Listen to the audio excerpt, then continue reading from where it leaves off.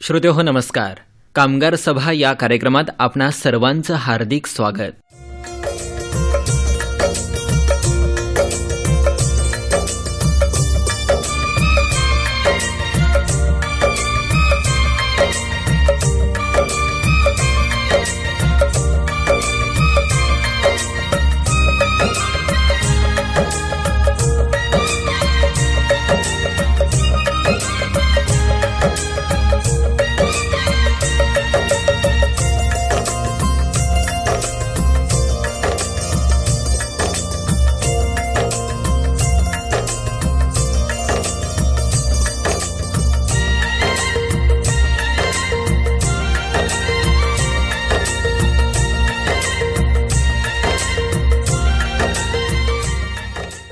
श्रोतेहो, आज या कार्यक्रमामध्ये स्टार स्वयंरोजगार प्रशिक्षण संस्थेचं कार्य याविषयी श्री विश्वास वेताळ यांची राजेंद्र दासरी यांनी घेतलेली मुलाखत आपण ऐकणार आहोत.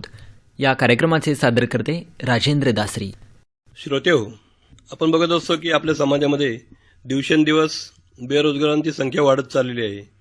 प्रत्येक सुशिक्षित तरुणाला असं वाटतं की आपण शिक्षण झाल्यानंतर एखादी चांगली नोकरी शोधावी, परंतु नोकरी शोधत असताना त्यांचा बराचसा वेळ, पैसा आणि श्रम वाया जात असतो.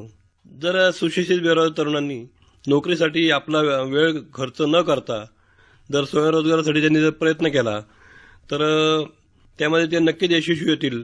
त्यासाठी आवश्यक असलेली पात्रता, त्याचप्रमाणे अनुभव त्यांनी जर मिळवला तर नक्कीच त्यांना फायदा होऊ शकतो. सरकारतर्फे आज बऱ्याच योजना आहेत.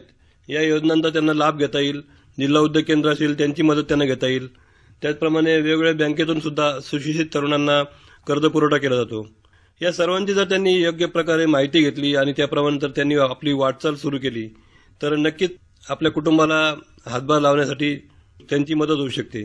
तर आज आम्ही आमच्या स्टुडिओमध्ये निमंत्रित केलेलं आहे स्टार स्वयंरोजगार प्रशिक्षण संस्थेचं कार्य याविषयी सविस्तर माहिती सांगण्यासाठी आज आमच्या स्टुडिओमध्ये उपस्थित झालेले आहेत या संस्थेचे संचालक श्रीयुत विश्वास वेताळ साहेब. तर आपण याविषयी सविस्तर माहिती त्यांच्याकडून जाणून घेऊया. नमस्कार वेताळ साहेब. नमस्कार. सुशिक्षित बेरोजगार तरुणांसाठी आवश्यक असलेला जे जिव्हाळ्याचा विषय आहे या विषयावर आपण सविस्तर माहिती देण्यासाठी उपस्थित झालात, त्याबद्दल सुरुवातीला मी आपलं स्वागत करतो. धन्यवाद. वेताळ साहेब, आपण सुरुवातीला सांगा की स्टार स्वयंरोजगार प्रशिक्षण संस्था आपल्या सोलापूरमध्ये आहे, सोरेगाव भागामध्ये. तर या संस्थेची स्थापना कधी झाली, त्याचप्रमाणे याची पार्श्वभूमी काय सांगता येईल, कधीपासून याची सुरुवात झालेली आहे? सर, ग्रामीण भागातील सुशिक्षित बेरोजगार तरुण तरुणी जे आहेत ज्यांना उद्योजक बनवण्यासाठी 1982 साली श्री धर्मस्थळ मंजुनाथेश्वर एज्युकेशन ट्रस्ट चे डॉक्टर श्री वीरेंद्र हेगडे यांच्या पुढाकाराने व कॅनरा बँक आणि सिंडिकेट बँक यांच्या संयुक्त विद्यमानाने उजुरे, कर्नाटकामधील उजुरे या ठिकाणी रूडसेट हे मॉडेल तयार झालं. Rural self employment development training institute हे चालू झालं. त्यांचं जे कार्य आहे ते म्हणजे ग्रामीण भागातील जे सुशिक्षित बेरोजगार आहेत किंवा तरुण तरुणी आहेत ज्यांना नोकरी नाहीये किंवा काही नाहीये, तर अशा लोकांसाठी त्यांना व्यवसायाकडे नेण्यासाठी त्यांनी या संस्थेची स्थापना केली. 2005 ते 6 साली केंद्र सरकारच्या ग्रामीण विकास मंत्रालयाने या प्रोजेक्टचा म्हणजे अभ्यास केला आणि त्यांनी सांगितलं की हा आम्हाला प्रत्येक जिल्ह्यामध्ये देशामध्ये संपूर्ण राबवायचा आहे आणि त्यांना विनंती केली की हा आम्हाला राबवायचा आहे, याच्यासाठी तुम्ही आम्हाला मदत करा. तर त्यांनी सांगितलं एवढ्या मोठ्या प्रमाणात राबवायचं असेल तर फक्त आमचं हे ट्रस्ट शक्य नाही आहे.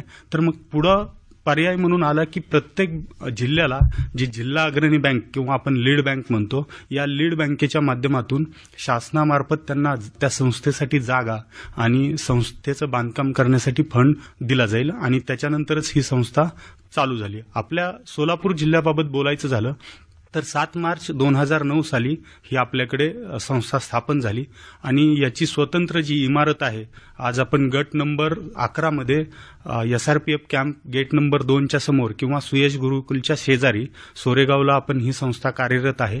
तर हिची इमारत ही 7 जुलै 2013 पासून आपण त्या इमारतीमध्ये कार्यरत आहोत. अच्छा. आता कोणती संस्था स्थापन करण्याचा उद्देश हा अतिशय महत्वाचा आहे.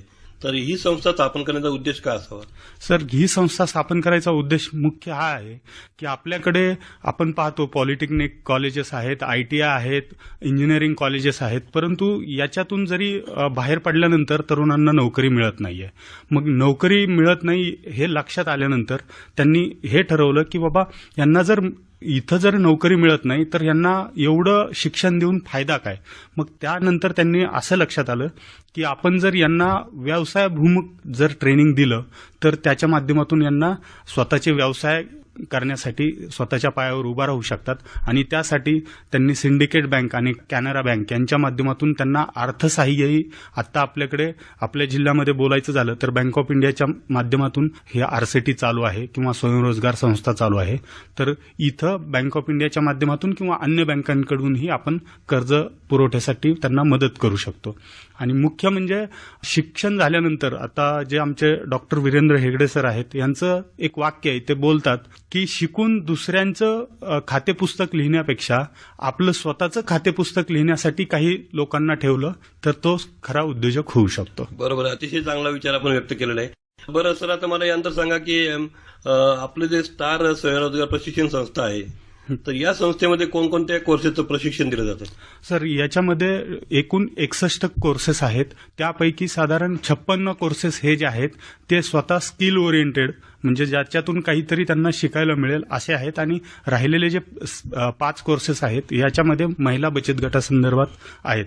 त्या 56 कोर्सेसपैकी आपल्याकडे महिलांसाठी, ग्रामीण भागातील महिलांसाठी शिवणकाम असेल किंवा ब्युटी पार्लरचा कोर्सेस असेल, तरुणांसाठी 2 व्हीलर रिपेअरिंग, मोबाईल रिपेअरिंग, घरगुती विद्युत उपकरणे दुरुस्ती, शेतीशी निगडीत म्हटलं तर दुग्ध व्यवसाय, शेळीपालन, नर्सरीसाठी मधुमक्षिका पालन, त्याच्यासोबतच आपण सोयाबीन प्रशिक्षण किंवा असे अनेक कोर्सेस आहेत की ज्याच्यामध्ये आपण त्यांना विद्युत उपकरणे दुरुस्ती आहे, विद्युत मोटार दुरुस्ती व देखभाल आहे, संगणक दुरुस्ती आहे, त्याच्यानंतर मोटार ड्रायव्हिंगचं प्रशिक्षण आहे आणि फास्ट फूड व्यवसाय किंवा पेपर कव्हर आणि पेपर पाकिटे आपण बनवायचं म्हणतो त्याच्या संदर्भातही आपल्याकडे प्रशिक्षण उपलब्ध आहेत. अच्छा, म्हणजे अनेक कोर्सेस आपल्याकडे उपलब्ध आहेत आणि हे कोर्सेस मला वाटतं मोफत आहेत ना? हे सर्व कोर्सेस सर मोफत आहेत. पूर्णतः त्यांना 1 रुपयाही कुठल्याही कोर्सेसला भरण्याची आवश्यकता नाही. त्यांची राहण्याची, महिलांची, मुलींची वेगळी सोय आहे, मुलांसाठी किंवा पुरुषांसाठी वेगळी सोय आहे. आणि त्यांचं सर्व निवासस्थान म्हणजे राहण्यापासून ते त्यांचं जेवण, नाश्ता हे सर्व खर्च बँक ऑफ इंडिया करतं. त्यांना चहा पासून ते त्यांचा रात्रीच्या जेवणापर्यंतचा दैनंदिन सर्व खर्च बँक ऑफ इंडिया करते. प्रशिक्षणादरम्यान जे लागणारं साहित्य आहे त्या साहित्य सुद्धा सगळं बँक ऑफ इंडियाच्या माध्यमातून आपण त्यांना दिलं. बरं, अजून काय वैशिष्ट्य सांगता येतील? सर, आपल्याकडे या प्रशिक्षणाचे मुख्य वैशिष्ट्य म्हणजे हे प्रशिक्षण ग्रामीण भागातील विद्यार्थ्यांनाच देता येतं. दुसरी गोष्ट आहे त्यांचं वय 18 पूर्ण असावं आणि 45च्या आत असावं. बरं. ते विद्यार्थी याच्यात सहभागी होऊ शकतात. प्रशिक्षण पूर्ण मोफत आहे, त्यासाठी त्यांना कुठलाही 1 रुपया द्यायची गरज नाहीये. प्रशिक्षणाचा कालावधी हा सुद्धा कमी आहे. बरं. साधारण 6 दिवसापासून ते 45 दिवसापर्यंत प्रशिक्षण त्यांना आपण इथं देतो. प्रशिक्षण पूर्ण झाल्यानंतर त्यांना स्वतःचा व्यवसाय उभा करण्यासाठी मोफत मार्गदर्शन केलं जातं. त्याच्यानंतर प्रशस्त आणि स्वच्छ इमारत आपल्याकडे आहे. पूर्ण इमारत CCTVच्या निगराणाखाली आहे. आणि प्रशिक्षणार्थीला RCT मार्फत युनिफॉर्मही RCTचा मोफत दिला जातो. त्यांची प्रशिक्षण पूर्ण झाल्यानंतर शेवटच्या दिवशी त्यांची उमेदवारांची लेखी आणि तोंडी परीक्षा बाह्य निरीक्षकाद्वारे केली जाते. त्यांचं जे प्रशिक्षणाचा पूर्ण कालावधी आहे ह्या प्रशिक्षणाच्या कालावधीमध्ये सकाळी 6 वाजल्यापासून साधारण प्रशिक्षण चालू होतं. त्याच्यामध्ये सुरुवातीचा पहिला सकाळी 6 ते 7 या दरम्यान त्यांना योगाचं प्रशिक्षण दिलं जातं. त्यानंतर साधारण 4 लेक्चर त्यांचे असतात. त्या 4 लेक्चरमध्ये हे प्रशिक्षण पूर्ण केलं जातं. त्याच्यामध्येही संगणकाची ओळख आणि इंग्लिश किंवा इंग्रजी आपण जे म्हणतो त्या इंग्रजी भाषेविषयी ज्ञान हेही आपल्याला प्रशिक्षणार्थींना आपण त्यामध्ये देतो. अच्छा अच्छा, म्हणजे आजची जी गरज आहे ही गरज म्हणजे इंग्रजी बोलता आलं पाहिजे, त्याचप्रमाणे संगणकाचं ज्ञान असणं आवश्यक आहे. ही गरज पण आपण या कोर्सेस मार्फत त्यांची पूर्ण केली जाते. Yes. ही अतिशय चांगली गोष्ट आहे. बरं सर, आता मला यानंतर सांगा की या संस्थेमध्ये प्रवेश घेण्यासाठी आवश्यक पात्रता काय काय? सर, मुख्य म्हणजे तो जो प्रशिक्षणार्थी आहे तो ग्रामीण भागातील असावा. त्याचं आधार कार्ड हे ग्रामीण भागातील असावं. आधार कार्डवर त्याचा जो पत्ता आहे तो ग्रामीण भागातील असावा. त्याचं वय 18 पूर्ण असावं आणि 45च्या आत असावं. हे 2 मुख्य त्याला हे आहेत. शिक्षणाची अट वगैरे शिक्षण साधारण त्याला किमान लिहिता आणि वाचता आलं पाहिजे. बाकी काय अट बाकी काही अट नाही आहे. बरं. फक्त संगणक प्रशिक्षण असेल किंवा मोबाईल रिपेअरिंग असेल तर अशा काही कोर्सेसला त्याला 12वी पर्यंत त्याचं शिक्षण पूर्ण असलं पाहिजे. अच्छा. सर, आता मला यानंतर सांगा की कोणताही कोर्स म्हटलं की साहजिकच त्यासाठी काहीतरी आवश्यक कागदपत्र जमा करणं आवश्यक आहे, नाही का? बरोबर. तर ज्यांना या कोर्सला प्रवेश घ्यायचा आहे त्यांनी कोणकोणती कागदपत्र जमा करणं आवश्यक आहे? सर, त्यांना आपल्याकडून माफक 5 कागदपत्र लागतात. त्याच्यामध्ये त्यांचं आधार कार्ड, हां. पॅन कार्ड, बँकेचं पासबुक, त्याच्यानंतर 4 फोटो लागतात आणि त्यांचं रेशन कार्ड असेल तर म्हणजे जे की दारिद्र्यरेषेखाली असतील तर त्याचा पुरावा. बस, जास्त काही आवश्यक बस एवढेच आपल्याला कागदपत्र लागतात. बरं. अन्य काही नाही. अच्छा. आता आपल्याकडे आलेले जे प्रशिक्षणार्थी आहेत या प्रशिक्षणार्थीला पूर्ण ज्ञान मिळालं का नाही हे चेक केलं जातं का? कशा प्रकारे आपण सर, आपण प्रशिक्षणार्थीला दररोज त्यांचं प्रशिक्षण झाल्यानंतर दुसऱ्या दिवशी, ज्या दिवशी आज समजा प्रशिक्षण चालू झालं तर दुसऱ्या दिवशी त्यांना मिली म्हणजे most important lesson learn yesterday हा पहिला सकाळी त्यांचा क्लास असतो. त्याच्यामध्ये क्लासमधील साधारण 35 आपण विद्यार्थी जास्तीत जास्त असतात.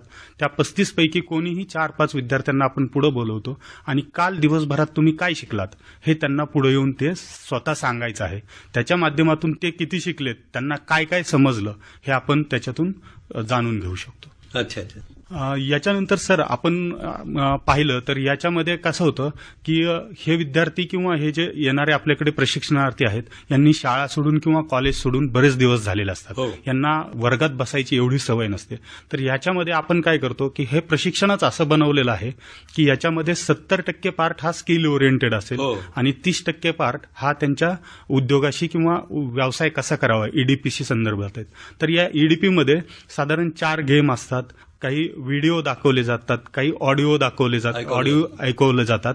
त्यासोबतच त्यांचं जे प्रशिक्षण आहे याच्यामध्ये 3 गेम असतात. पहिली म्हणजे पहिल्याच दिवशी त्यांच्याकडून मायक्रो लॅब सेशन, त्यालाच आपण आईस ब्रेकिंग हे म्हणतो. म्हणजे जिल्ह्यातून सगळे आलेले असतात परंतु कोणाची एकमेकाशी ओळख नसते. ती ओळख याच्या माध्यमातून केली जाते.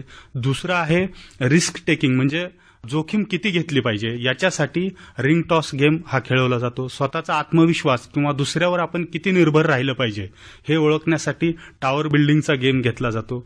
आपण म्हणतो कार्य निपुण किती असावं किंवा वेळेला काय महत्व आहे, तर ती कार्यपूर्तता किंवा कशी केली जाते तर त्याच्यासाठी बोट बिल्डिंग किंवा बोट मेकिंग हा एक गेम आपण त्याच्या माध्यमातून घेतला जातो. आणि त्यांना व्यवसाय म्हणजे उद्योजक कसा असावा, वेळेचं त्यांनी नियोजन कसं केलं पाहिजे, मार्केटिंग कसं केलं पाहिजे किंवा उद्योजक म्हणजे काय, त्याने काय केलं पाहिजे, त्याच्या एक साधारण 15 सक्षमता असतात.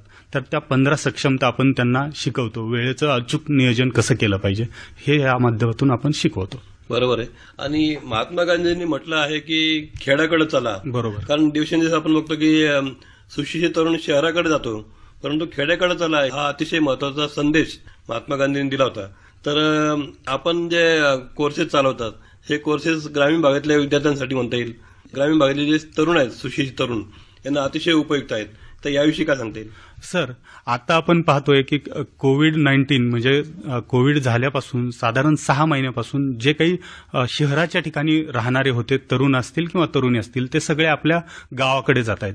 मग अशा परिस्थितीमध्ये कोणाला स्वतःचा व्यवसाय करायचा असेल तर मग व्यवसाय करायचा तर मला ह्याची माहिती कुठे मिळेल? हो. तर त्याची माहिती त्यांना मोफत आरसीटीकडे मिळेल. आरसीटीमध्ये त्यांचं आता आपण ऑक्टोबर महिन्यापासून त्यांचं ट्रेनिंगही चालू केलेलं आहे. असे वेगवेगळे ट्रेनिंग आहेत, ते आमच्याकडे नाव नोंदणी करू शकतात. त्याच्यासाठी आमचा ऑफिसचा नंबर आहे, माझा स्वतःचा नंबर आहे. तो नंबरही मी आपल्याला सांगतोय, आपल्या माध्यमातून सांगतोय. साधारण आपल्या ऑफिसचा जो नंबर आहे तो 9272 207 111. माझा वैयक्तिक नंबर आहे 9421 90 3107. या नंबरवर संपर्क करून ते आपल्याकडे प्रशिक्षणासाठी नोंद घेऊ शकतात. आपण नंबर जर पुन्हा सांगितलं बरं होईल, म्हणजे ज्यांना लिहायचं असेल ते लिहू शकतील. ठीक आहे. याच्यामध्ये आणखी त्यांना एक फायदा हा होऊ शकतो की त्यांनी स्वतः प्रशिक्षण घेतल्यानंतर त्याची माहिती आपले काही विद्यार्थी आहेत किंवा ज्यांनी स्वतः व्यवसाय चालू केलाय त्यांच्या माध्यमातून हे पाहू शकतात. त्यांच्याकडे आपण फील्ड व्हिजिटलाही यांना घेऊन जातो. त्याच्यामध्ये काय होतं, फील्ड व्हिजिटला नेल्यानंतर ऍक्च्युली तो व्यवसाय काय करतोय, कशा पद्धतीने करतोय, त्याच्या अडचणी काय आहेत किंवा त्याला पुढे चालू करण्यासाठी काय अडचणी आहेत याची माहिती दिली जाते. आणि ग्रामीण भागातील असल्यामुळं ग्रामीण भागातील जो काही प्रशिक्षणार्थी आहे हा शहराकडे जाऊ नये हा मुख्य याचा उद्देश आहे. आणि त्याला त्याच्या गावात रोजगार निर्माण व्हावा आणि स्वतः तो जर त्याला रोजगार मिळाला तर त्याच्या माध्यमातून 4-5 लोकांना आणखी तो रोजगार देईल. याच्यासाठी हे प्रशिक्षण सर महत्वाचं आहे. म्हणजे नोकरीच्या मागे न लागता स्वतः व्यवसाय सुरू करायचा. बरोबर. आणि आपल्या व्यवसायामध्ये इतरांना 4 पैसे मिळतील किंवा रोजगार मिळेल याच्यासाठी हे आपण प्रशिक्षण दिलं जातं. खूपच चांगली गोष्ट आहे. पण सर मला आता यानंतर सांगा की कोर्स चालू असताना काही बँकेचे अधिकारी येतात का की त्यांनी कशा प्रकारे उद्योग व्यवसाय सुरू करावा, त्यासाठी बँकेची मदत त्यांना कशी मिळेल? हो सर, याविषयी माहिती सांगणार. हो सर. यामध्ये काय आहे की बँक ऑफ इंडियाचे स्वतः मी सिनियर मॅनेजर आहे आणि काही आमचे क्रेडिट डिपार्टमेंटमधलेच म्हणजे ऋण विभागातले अधिकारी येतात, ते सुद्धा माहिती सांगतात. आणि प्रोजेक्ट रिपोर्ट साधारण आपल्याकडे प्रकल्प अहवाल कसा बनवायचा, बँकेत जायचं काय, तर ही त्यांची भीती आम्ही तिथं काढतो. प्रकल्प अहवालमध्ये काय काय पाहिजे, तो प्रकल्प अहवाल कसा बनवायचा, हा प्रत्येक कोर्सला आम्ही एक प्रकल्प अहवाल त्यांच्याकडून बनवून घेतो. आणि दुसरी गोष्ट म्हणजे आता बऱ्याचशा शासनाच्या ज्या योजना आहेत म्हणजे त्या DICच्या मार्फत असतील किंवा महिला बचत गटाच्या मार्फत असतील, नाबार्डच्या मार्फत असतील किंवा बँकांच्या विविध योजना आहेत, सोशल सिक्युरिटी स्कीम आहेत, त्याचा कसा लाभ घेतला पाहिजे किंवा बँकेचे अकाउंट्स कसे असतात, सेव्हिंग अकाउंटमध्ये काय करू शकतो, व्यावसायिक अकाउंटमध्ये आपण कुठले व्यवहार करू शकतो, त्यासोबतच कॅश क्रेडिट म्हणजे काय, मुदत कर्ज म्हणजे काय, या संदर्भात सगळं प्रशिक्षण आम्ही त्यांना तिथं देतो. याची साधारण एक दिवसभराचं प्रशिक्षण आम्ही बँकेच्या माध्यमातून त्यांना देत असतो. अच्छा. आपल्या संस्थेमार्फत प्रशिक्षण घेणारे जे प्रशिक्षणार्थी असतात त्यांनी एकदा प्रशिक्षण घेतलं आणि व्यवसाय सुरू केला तर पुढची आपली काय प्रोसेस आहे? आपण प्रत्यक्ष जाऊन तिथे बघता का की याचा व्यवसाय व्यवस्थित चालू आहे का नाही किंवा याचा उद्योग व्यवस्थित चालू आहे का नाही? हो सर. तर कुठपर्यंत आपण पाठपुरावा करताय? हो सर. साधारण त्याचं प्रशिक्षण पूर्ण झाल्यानंतर 2 वर्षापर्यंत आपल्या माध्यमातून, आपल्या ऑफिसच्या माध्यमातून आमचे जे प्रशिक्षक आहेत किंवा ऑफिस असिस्टंट आहेत, मी स्वतः आहे, आम्ही त्यांच्याकडे जातो.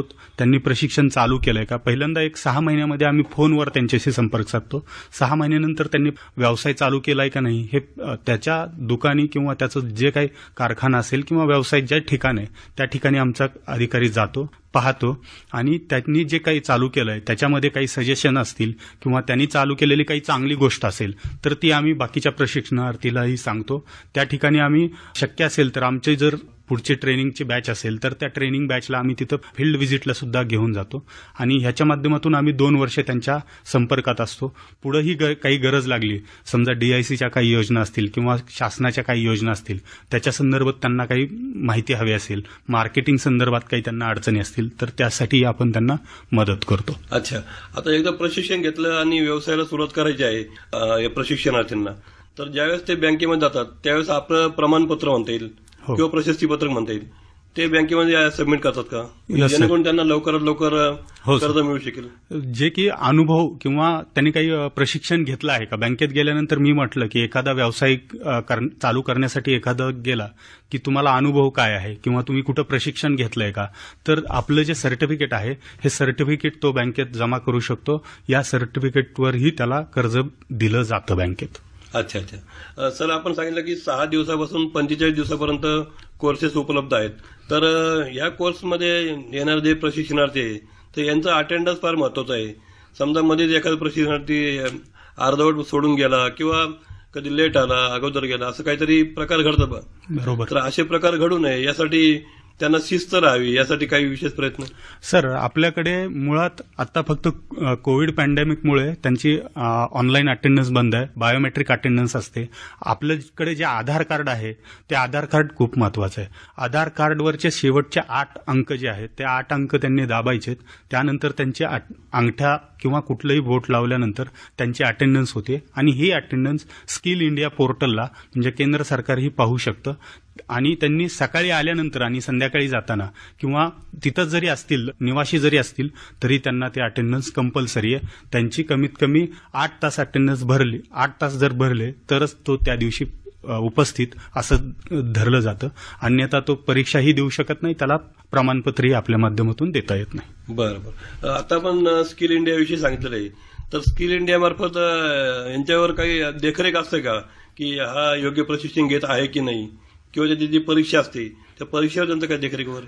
हो सर, गेल्या वर्षीपासून नासर ही जी संस्था आहे आरसेटीचं संपूर्ण कार्य पाहते, यांच्या माध्यमातून म्हणजेच ग्रामीण विकास मंत्रालय यांच्या संयुक्त विद्यमानाने बाह्य त्यांचं जे निरीक्षण आहे, आपण जे परीक्षा म्हणतो, हे बाह्य निरीक्षकाद्वारे केली जाते.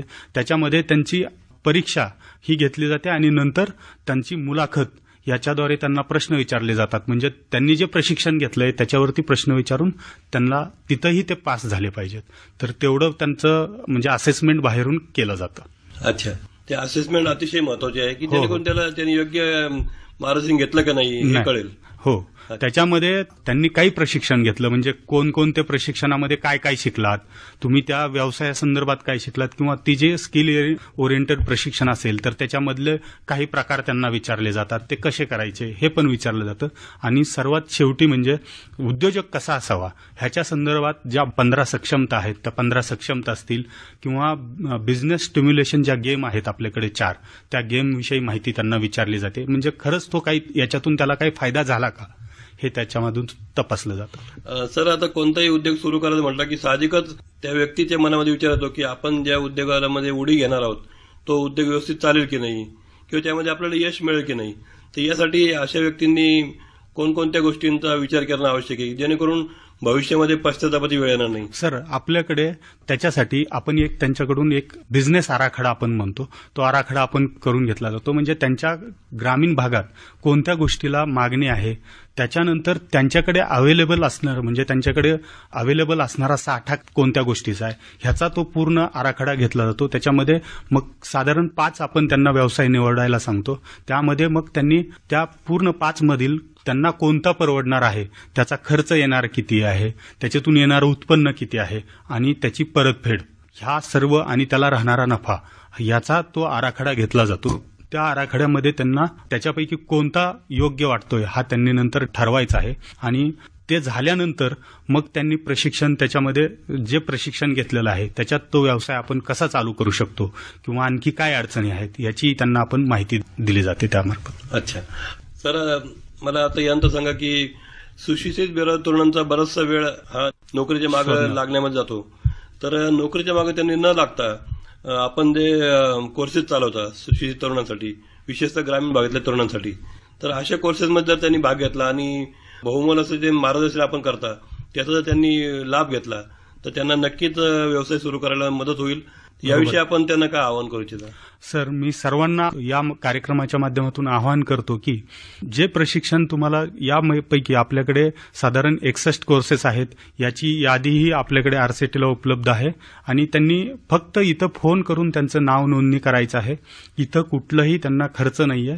त्यांनी प्रशिक्षण घ्यावं आणि स्वतःचा व्यवसाय चालू करण्यासाठी त्यांच्या पाठीशी आम्ही उभे आहोत. प्रशिक्षण तर देणारच, परंतु 2 वर्षापर्यंत आम्ही त्यांना फॉलोअप ही घेणार आहेत. आणि बँकेच्या माध्यमातून त्यांना कर्ज कसे मिळेल ह्याच्यासाठी आम्ही त्यांना मार्गदर्शन करू. संपर्कासाठी जर आपण त्यांना मोबाईल नंबर सांगितला तर बरं होईल. सर, 9272 207 111 हा आमच्या ऑफिसचा नंबर आहे. माझा वैयक्तिक नंबर आहे 9421 90 31 07. नंबर पुन्हा सांगितलं बरं होईल. 9272 207 111 9421 90 31 07. श्रोत्यो, आताच विश्वास वेताळ साहेबांनी अतिशय चांगली मुलाखत दिली. मला वाटतं या मुलाखतीतून आपल्याला बऱ्याच गोष्टी शिकता येतील आणि आपण ही मुलाखत व्यवस्थित ऐकलात आणि त्याप्रमाणे जर आपण खबरदारी घेतली किंवा एखाद्या कोर्सेससाठी प्रवेश घेतला तर नक्कीच या मुलाखतीचा फायदा झाला असं म्हणता येईल. बरं वेताळ साहेब, आज आपण आमच्या स्टुडिओमध्ये उपस्थित झालात आणि स्टार स्वयंरोजगार प्रशिक्षण संस्थेमार्फत कशा प्रकारे कोर्सेस चालवले जातात आणि यातून सुशिक्षित बेरोजगार तरुणांना कशा प्रकारे फायदा होऊ शकतो याविषयी अतिशय सविस्तरपणे आणि चांगली माहिती सांगितली. आपण दिलेल्या या मुलाखतीबद्दल मी आमच्या असंख्य श्रोत्यांतर्फे आणि आकाशवाणी सोलापूर केंद्रातर्फे आभार व्यक्त करतो. धन्यवाद. धन्यवाद सर.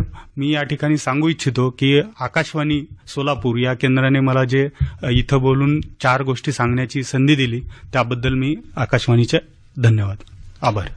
श्रोतेहो, आजच्या कामगार सभा या कार्यक्रमात स्टार स्वयंरोजगार प्रशिक्षण संस्थेचं कार्य याविषयी श्री विश्वास वेताळ यांची राजेंद्र दासरी यांनी घेतलेली मुलाखत आत्ताच आपण ऐकली.